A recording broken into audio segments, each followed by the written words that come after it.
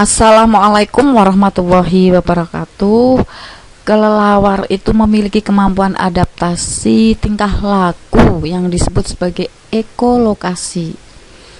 Nah, jadi maksudnya ekolokasi itu apa? Ya, pada saat terbang di malam hari, kelelawar ini mengeluarkan gelombang bunyi ultrasonik melalui hidung dan mulutnya. Untuk apa? Dengan tujuan untuk mencium bau makanan dan benda-benda di depannya. Ini ya, seperti ini. Nah, kemudian di sini yang dimaksud dengan gelombang bunyi ultrasonik itu apa? Gelombang bunyi ultrasonik ya, ini adalah materi yang akan kita bahas di video ini, di mana materi ini masuk di bab getaran, gelombang, dan bunyi dalam kehidupan sehari-hari. Jadi berdasarkan frekuensinya itu ada 3 macam jenis bunyi. Akan kita bahas di sini. Materi ini dipelajari antara lain oleh siswa kelas 8. Sebelumnya saya ingatkan kembali, mereview kembali bahwa bunyi itu termasuk di gelombang mekanik ya. Jadi getaran yang merambat. Tapi di sini yang merambat adalah energinya. Nah, dalam merambat ini memerlukan suatu medium atau namanya zat perantara. Nah, jadi bunyi ini termasuk gelombang mekanik. Nah, berdasarkan arah getarannya, bunyi masuk di gelombang longitudinal. Oke. Nah, berdasarkan frekuensinya ya, itu ada 3 macam. Tapi saya ingatkan kembali juga karena ada hubungannya dengan jenis frekuensi. Terbentuknya bunyi itu pertama karena adanya benda yang bergetar atau sumber bunyi. Nah, inilah tergantung besar kecilnya frekuensi. Jadi berdasarkan besar kecilnya frekuensi itu nanti ada 3 jenis bunyi. Kemudian terbentuknya bunyi juga karena adanya medium ya. Ini nanti juga akan kita bahas di sini. Maksudnya apa? Bahwa kecepatan pada zat padat itu lebih besar daripada zat cair. Zat cair lebih besar dari gas atau udara. Kemudian untuk terbentuknya bunyi jelas karena adanya suatu reseptor, yaitu telinga. Oke, sekarang jenis-jenis bunyi ya berdasarkan frekuensinya. Jadi pertama itu ada infrasonik.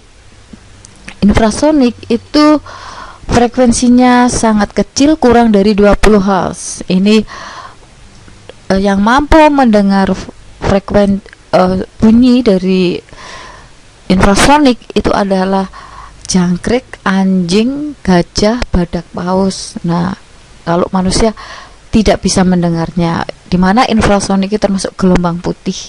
Yang berikutnya yang bisa didengar oleh manusia adalah namanya audiosonik. Ini besarnya frekuensi antara 20 sampai 20.000 Hz.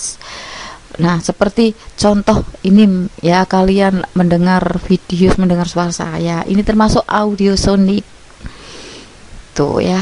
Kemudian yang berikutnya yang frekuensinya sangat tinggi adalah ultrasonik. Ini lebih dari 20 Hz ya. Ini yang bisa mendengar lebih dari 20 Hz adalah kelelawar. Jadi kelelawar itu punya tujuan untuk navigasi ya, misal untuk mengetahui keberadaan pohon, keberadaan makanan gitu. Karena mengingat kelelawar itu kalau mencari makan di malam hari. Selain pada kelelawar juga pada lumba-lumba, beberapa jenis paus, kemudian anjing. Jadi besar kecilnya bunyi atau nada ini saya tekankan juga dipengaruhi oleh amplitudo, tinggi rendahnya dipengaruhi oleh frekuensi. Ini nanti ada hubungannya dengan suatu besaran, itu kita bahas pada video nanti ya selanjutnya. Oke, ini adalah ada hewan-hewan infrasonik ya, ada jangkrik, anjing, kemudian gajah, badak, paus biru. Sedangkan ultrasonik adalah kelelawar, lumba-lumba tuh ya. tadi saya katakan bahwa apa namanya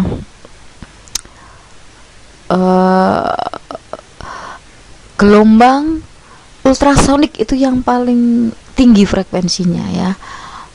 Ini dimanfaatkan oleh manusia, khususnya para ahli untuk bidang kesehatan, digunakan untuk USG. Ambil satu contoh, mengamati bayi dalam kandungan.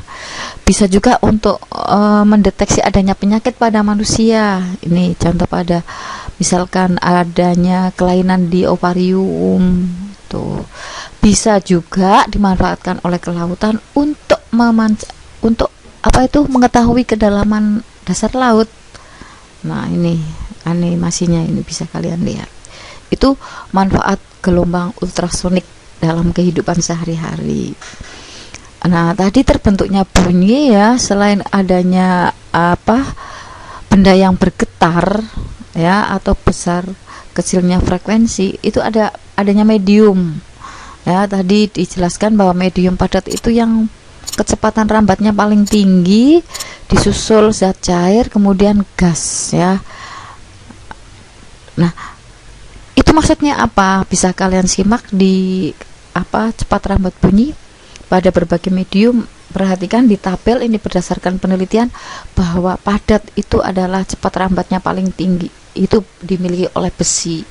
Sedangkan yang paling rendah adalah udara itu ya. Jadi zat padat itu yang paling bagus, paling tinggi frekuensinya, bukan paling bagus itu pada besi. Nah, ini misalnya rel ya, bisa kalian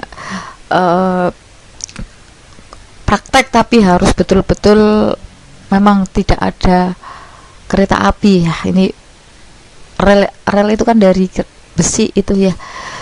Ini walaupun kereta apinya masih dalam posisi jauh sekali, belum kelihatan dan pasti, tapi suara bisa terdengar kalau di telinga kalian ditempelkan pada rel. Itu membuktikan bahwa zat padat besi itu cepat rambatnya paling tinggi frekuensinya. Oke ya. Oke, itu tentang jenis-jenis bunyi dan lainnya. Sampai jumpa pada video berikutnya. Terima kasih. Wassalamualaikum warahmatullahi wabarakatuh.